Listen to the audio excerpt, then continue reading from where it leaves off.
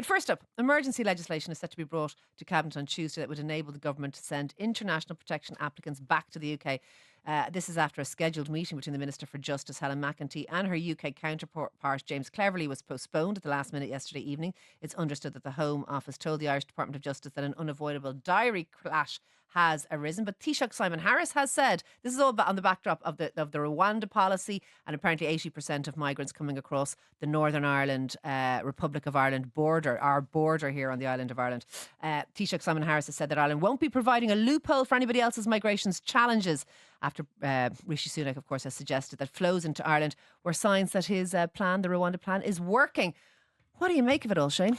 You know what? I mean, look, Britain has this policy. I think it's a pretty outrageous policy. I'm not sure it'll work, but we'll see. And some people may say, well, at least they're doing something about asylum seekers. I'm not sure that it'll make a huge difference in the long run, but we'll see. It's certainly making a difference in the short run. I think what I found outrageous, though, was Rishi Sunak's kind of taking pleasure in the fact that what they were doing was causing inconvenience for another country, and that showed his policy was successful.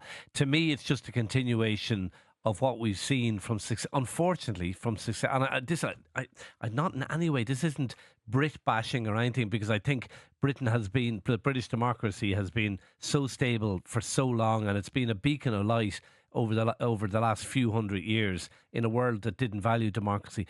But you can't but be disappointed in the utterances of the likes of Boris Johnson and other holders of the jobs in recent years. And I think for Rishi Sunak to say that over the weekend, I thought was disappointing.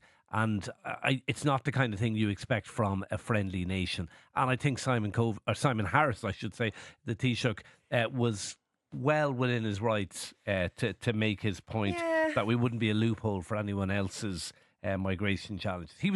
Rishi Sunak was playing politics before an election, basically, and using us to play politics. And I just thought it was shabby practice.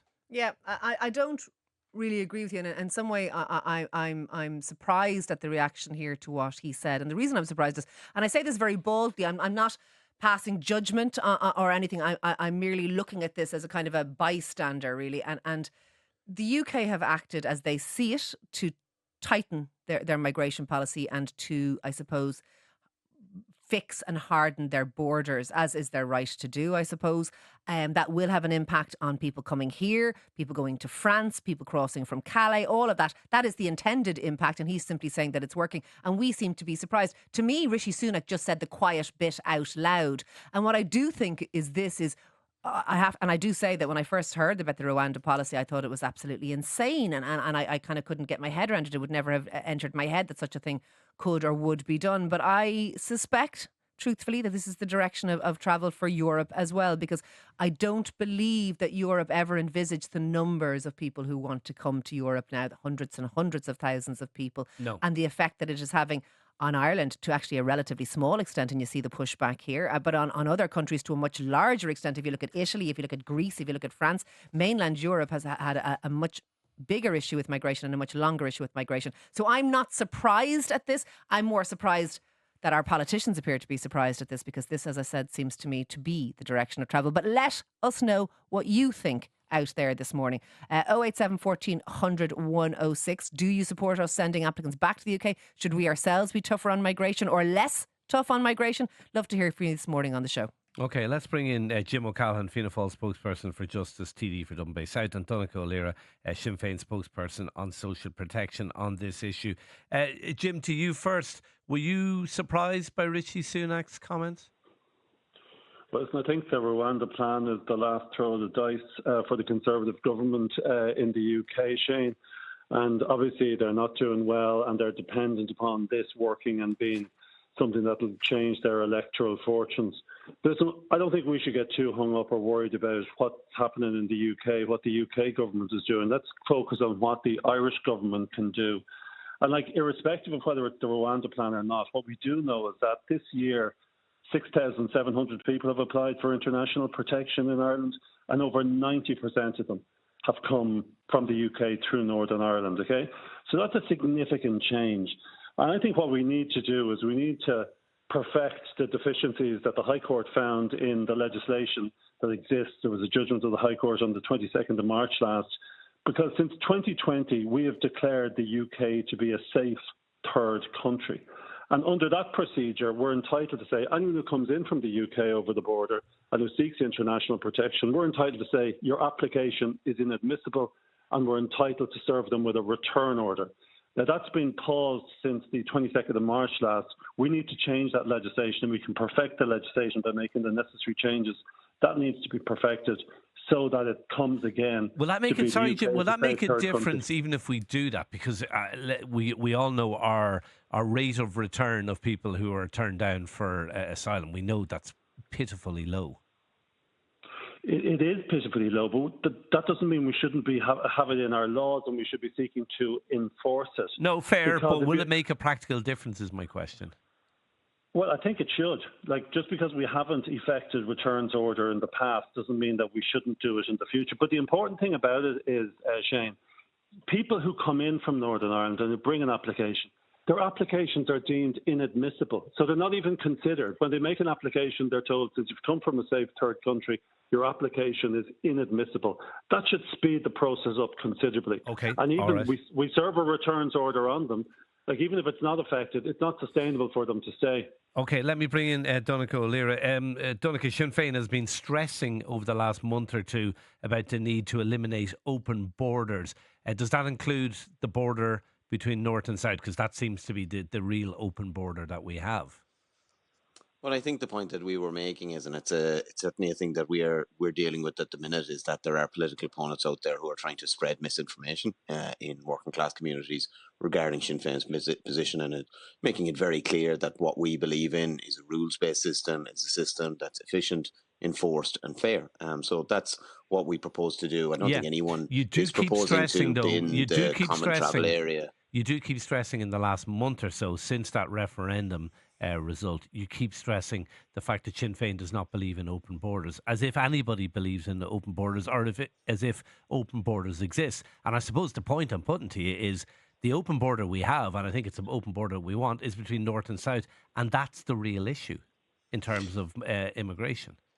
I think Mary Lou McDonald pointed out that she had used that phrase in response to a question as far back as 2007, and it was in the 2020 manifesto. And I suppose what we're trying to demonstrate is that there is a belief out there that has been spread by bad faith actors that this is a position that Sinn Féin has, and we're seeking to correct that record.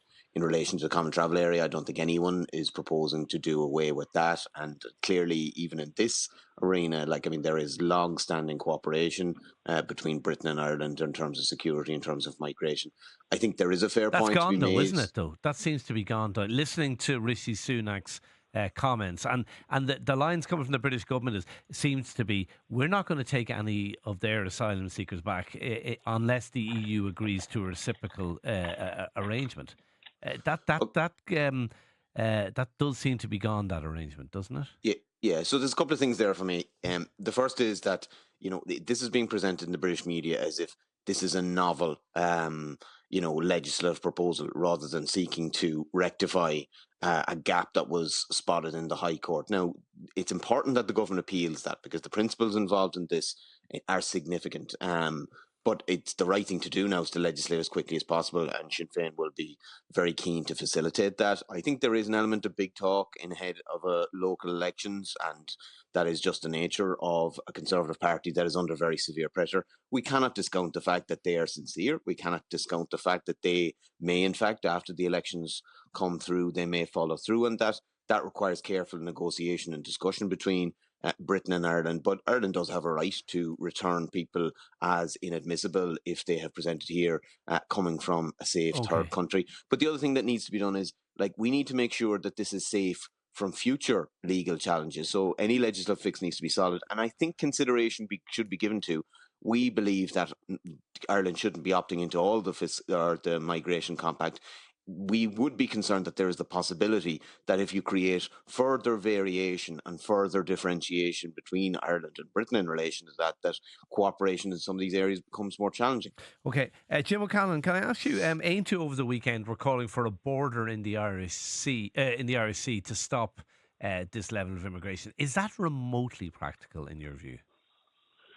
Well, obviously, if it was in the interest of the British government, they would go with that. They put a border in the Irish Sea for the sake of their own British self-interest when it Yeah. came to EU They're not going to negotiations. do it. They're not going to do it They're on not this, going though. to. Listen, I suppose what it does illustrate, as has been illustrated before, it illustrates the illogicality of partition, whereas an island, we're not able to control migration into the island. But I do think it is important that, and Donegal was talking about the migration pact, like the British decided to go it alone. They decided that they were going to solve their migration problem by getting out of the EU and enforcing Brexit. It's been a disaster for them in terms of migration. The numbers have skyrocketed since they left the EU. I think we have to be very careful about trying to follow them and go down a line which says we'll sort this out on our own. Yeah. Like, migration is going to be one of the central issues of the 21st century. It is an enormous issue. It's getting bigger. The political trend in Europe at present is to try to reduce the numbers coming in. And if you look at the migration pact, that's the purpose and the political impetus behind that. Jim. And I think there are benefits in that. Donegal, really briefly, you heard what Jim O'Callaghan said there, the dangers about going it alone. That's pretty much what you in Sinn Féin are saying. Don't be part of this migration pact with the rest of the EU. The dangers of going it alone are pretty stark. So I think it's about identifying what can work for Ireland, what's beneficial for Ireland. So we do agree with the Eurodac database in terms of fingerprinting and so on. We do agree with the returns policy that is in it. What we don't agree with is in terms of the single applications procedure. And can it be the case in future that somebody could go to the High Court and argue that, well, in a disadvantaged position because the procedures in Ireland, because the migration pact are different than they would be in Britain, and would there be a potential legal challenge on that basis? I think that is something that should be taken into consideration. Donegal O'Leary, Jim O'Callaghan, thanks to both of you for talking to Newstalk Breakfast this morning.